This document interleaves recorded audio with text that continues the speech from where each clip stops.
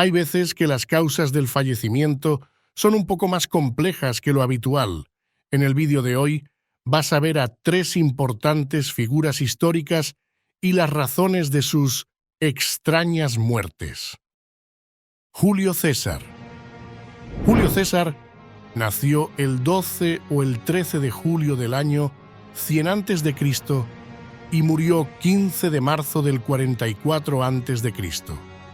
Fue un inteligente político y militar romano del siglo I a.C., miembro de los patricios Julios Césares y que alcanzó las más altas magistraturas del Estado romano.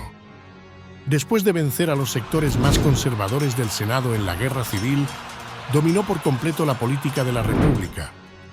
Se destacó por la veloz conquista de la Galia, Francia y Bélgica.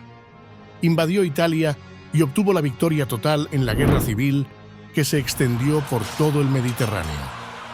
El complot organizado para asesinar a César tuvo éxito porque fue meticulosamente planificado y ejecutado sin ningún tipo de problemas.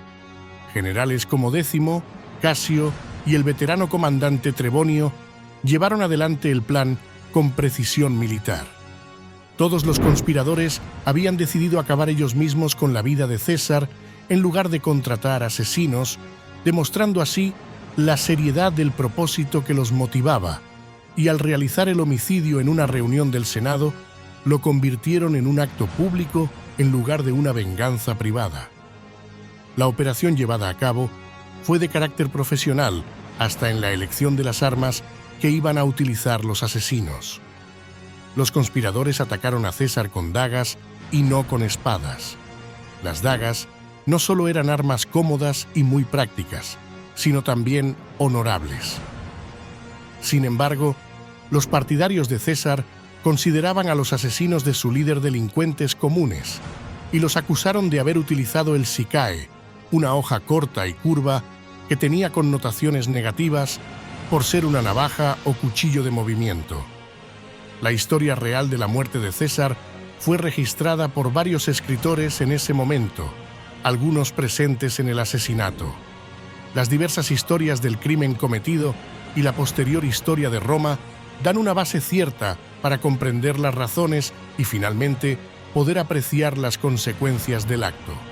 Al tratar de evitar que César se convirtiera en dictador, el asesinato resultó en la destrucción de la República Romana. Sócrates.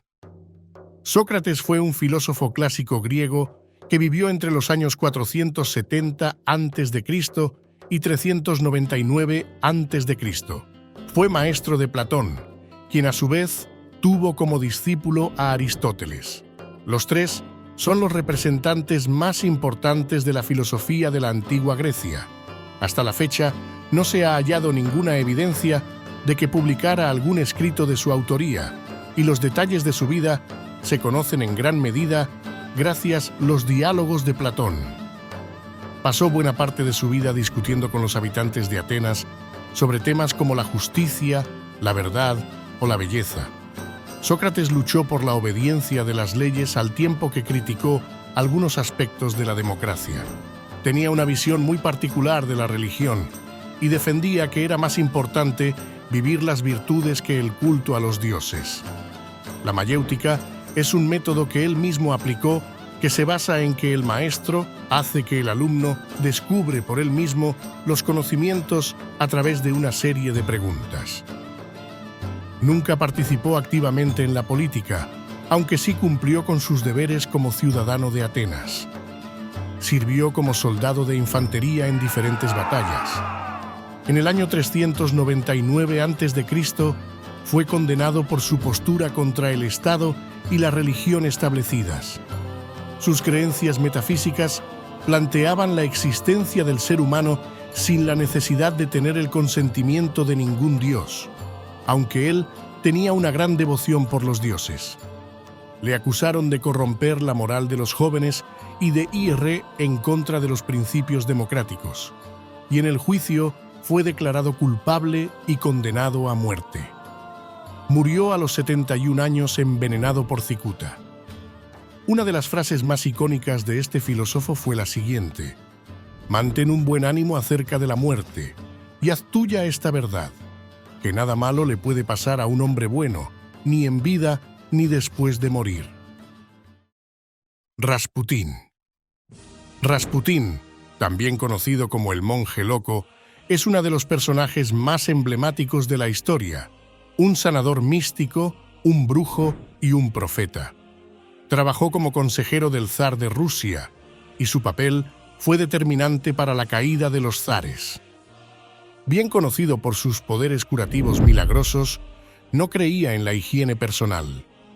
Quienes lo conocieron aseguraron que su barba siempre estaba llena de restos de comida.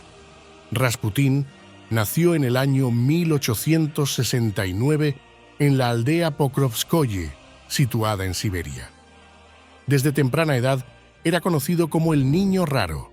Otros niños lo apodaron así porque tenía muchos tics y su actitud era siempre muy nerviosa. Además, lanzaba todo tipo de profecías y aseguraba tener visiones. Poco después de casarse, ingresó en una secta cristiana bautizada como los Flagelantes. Creían que la fe solo podía ser alcanzada a través del dolor. Organizaban orgías y Rasputín era uno de los participantes más fieles. Fue así como nació la leyenda que asegura que tuvo relaciones sexuales con muchos nobles rusos. La zarina Alejandra de Rusia oyó hablar de las dotes de sanador de Rasputín. Entonces, decidió llamarlo a la corte para curar a su hijo, Alexei Nikolayevich, que sufría de hemofilia. Tardó poco tiempo en convertirse en su médico personal, cautivando por completo a la zarina. Tenía una gran influencia sobre la familia hasta el punto de que revisaba todas las decisiones del zar Nicolás II. Con la llegada de la Segunda Guerra Mundial y el avance hasta la que sería la Revolución Rusa de 1917, Rasputín se ganó muchos enemigos que querían verlo muerto. Fue una conjura en líderes opositores que pensaron que los males de la corte venían de los consejos de Rasputín, que se había ganado una fama de mujeriego y de organizar fiestas épicas. El 29 de diciembre de 1916, Rasputín sufrió 3 disparos, fue envenenado y recibió un golpe en la cabeza. Con todo esto, sus asesinos, Félix Yusupov, heredero de la mayor fortuna del país, Dmitri Pavlovich, primo de Nicolás, y Vladimir Purishkevich, diputado ultraderechista, trasladaron el cuerpo hasta el río y lo lanzaron por un agujero en el hielo. Se dice que, después de los 3 disparos, el cianuro y el golpe en la cabeza, Rasputín seguía vivo en el agua y murió de ahogamiento minutos después.